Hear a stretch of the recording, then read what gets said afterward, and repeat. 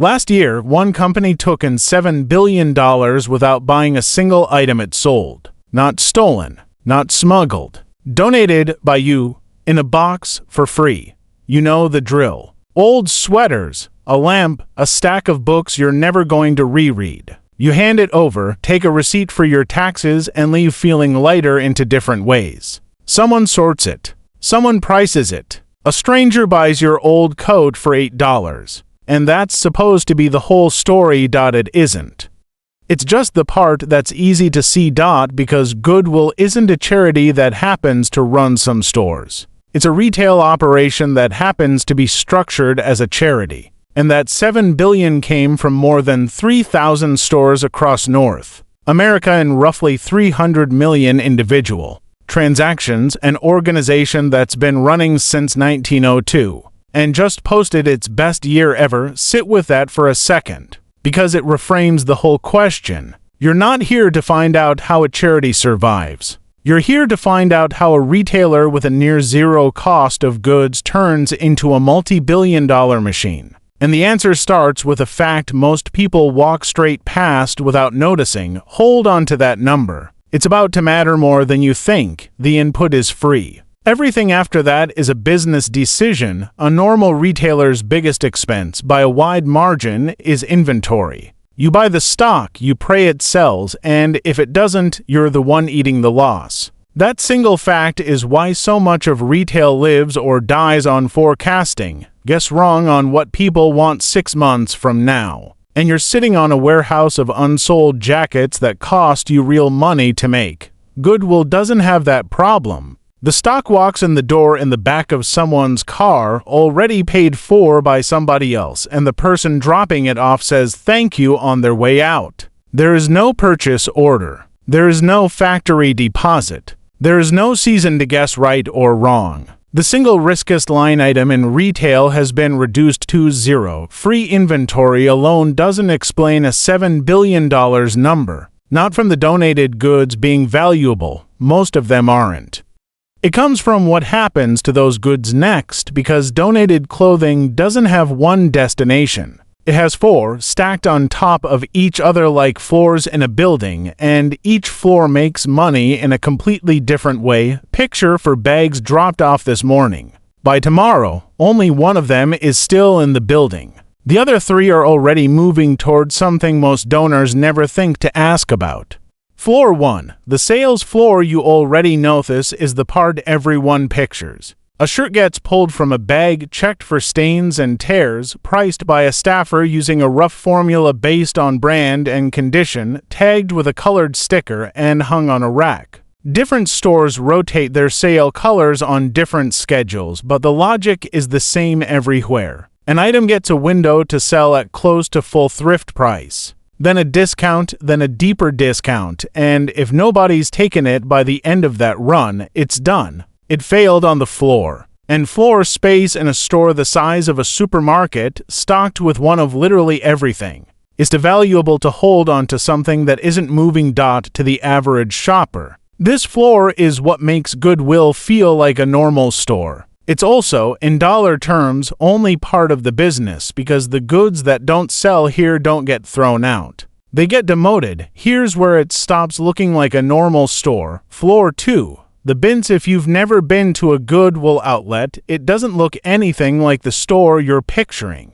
There's no hangers, no color-coded tags, no browsing. It's a warehouse with enormous rolling bins, and the clothes inside them are unsorted, unpriced, and piled loose. You buy by the pound. People who do this seriously show up with gloves before the doors open, because fresh bins get rolled out on a timer, and the good stuff disappears fast. A coat someone wore for 3 winters gets dumped into a bin with 50 strangers' sweaters and weighed like scrap metal. Nobody in that room is looking at it as a coat anymore. Underneath, the sales floor is the layer that turns. Unsold into still profitable, an item that missed at full price and missed again at half price. Didn't fail as a business asset, it just failed at a price point. Sold by weight instead of by tag, it still generates revenue, just a lot faster and a lot cheaper. The margins per item are thin, but thin margins on huge volume is still a real number.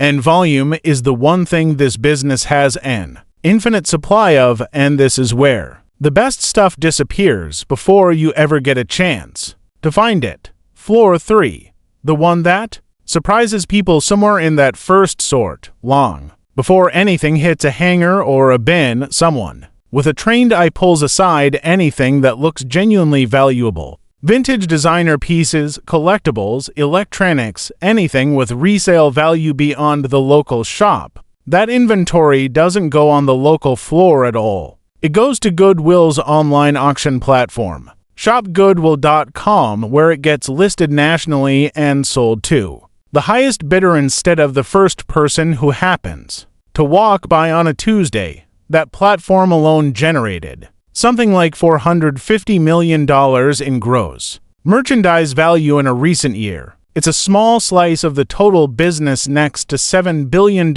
in retail revenue, but it's the highest margin slice because it takes free inventory and puts it in front of the entire country instead of one zip code. If you've ever wondered why the good stuff never seems to be at your local store, this is why. It was never going to be. It got pulled before you ever saw the bag it came in. Floor 4, the one that isn't retail at all. So what happens to the clothes nobody wants? Most people assume they get thrown away. They don't, not yet. Whatever survives the sales floor and the bins and doesn't get pulled for auction still has to go somewhere. And where it goes is the part of this business that has nothing to do with anyone shopping. It gets baled, compressed into massive blocks, weighed, and sold by the ton to textile recyclers and export brokers. At that point, the item stops being a shirt with a size and a style. It's a commodity. It gets shipped, often overseas, into second-hand markets that most donors have never heard of. Millions of garments, thousands of miles. One destination. Follow one of those bales far enough and it stops being anonymous. A large share of what leaves North America by the container ends up in West Africa, and the single biggest landing point on Earth is a market in Accra, Ghana called Kantamanto. Roughly 15 million garments arrive there every week, sold in an 18-acre maze of stalls to traders who buy the bales sight unseen, without knowing what's actually folded inside. Think about that for a second. Imagine paying thousands of dollars for a container without knowing whether the clothes inside are valuable or worthless locally. People have a name for that cargo, Obroniwau. Dead white man's clothes, because the logic is simple. If someone gave away this much, this good, for free, the only explanation that makes sense is that the person died. How much of it is actually worth anything is genuinely disputed. The Our Foundation, a nonprofit that spent years working inside the market, puts the waste figure at around 40%. Clothing disdained, to torn, or to cheaply made to have a second life. Ghana's own Dealers Association pushed back on that number in 2025, arguing the real rate is closer to 5%. Even the low estimate still means real tonnage landing on someone else's ledger, sight unseen, after the trader already paid for it. Then, on New Year's Day 2025, a fire tore through Kantamanto and destroyed 60% of the market in a single night, thousands of stalls gone. More than 10,000 people's income wiped out overnight. The market rebuilt. The bales kept arriving the same week. Nothing about the supply upstream slowed down for a single day. Here, finally, is the guaranteed sale, the floor that makes the free inventory model actually function. A broker will buy weight whether or not a single human being ever wants to wear what's inside the bale. A normal retailer that misjudges what people want eats the loss on unsold stock. This retailer sells the mistake by the pound. There is, in a very literal sense, a floor under this business that never lets it fall through. For floors, one free input at the top, a beer waiting at the bottom no matter what happens in between. That's the model, and it's a remarkably hard one to break.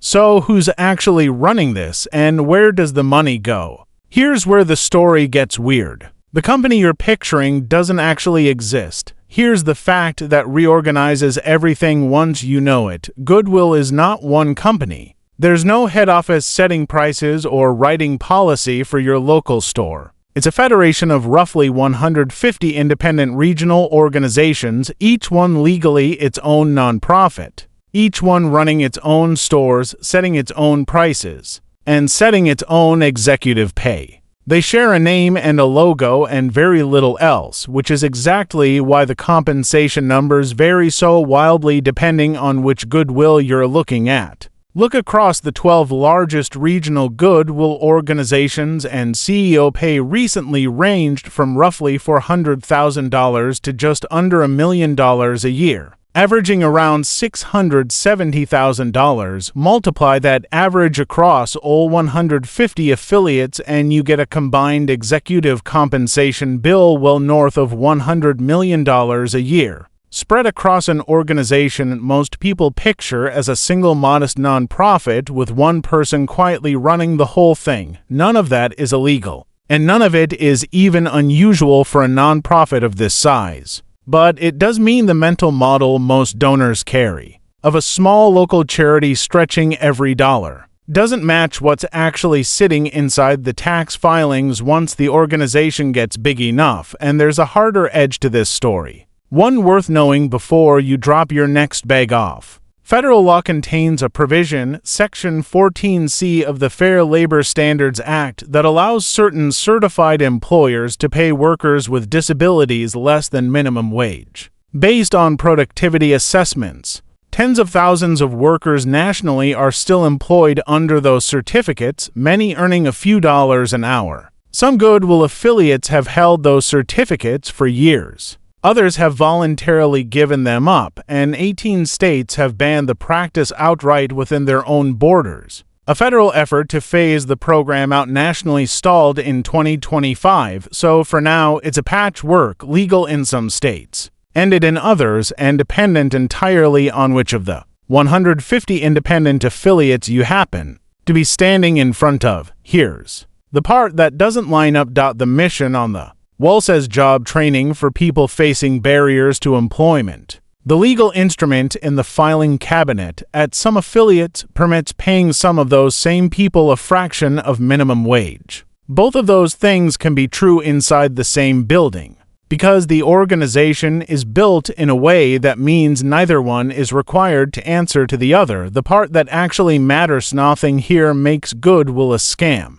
The mission is real, the job programs are real, and a huge amount of that $7 billion genuinely does fund services that help people. That's not the twist. The twist is smaller and, honestly, more interesting than a scandal. This is a business with a nearly unbreakable structure, built on an input that costs nothing, sold through for separate markets stacked on top of each other, governed by 150 organizations that answer mostly to themselves. The money isn't coming from grants that need renewing or donors who might ask hard questions. It's coming out of the till, one transaction at a time, 300 million times a year. You dropped off a box because you wanted to help. And you did, just maybe not in the single, simple way you pictured on the drive over. You weren't really the beneficiary of that transaction, and you weren't quite the customer either. You were the supply chain, and you worked for free. If this kind of breakdown is useful to you,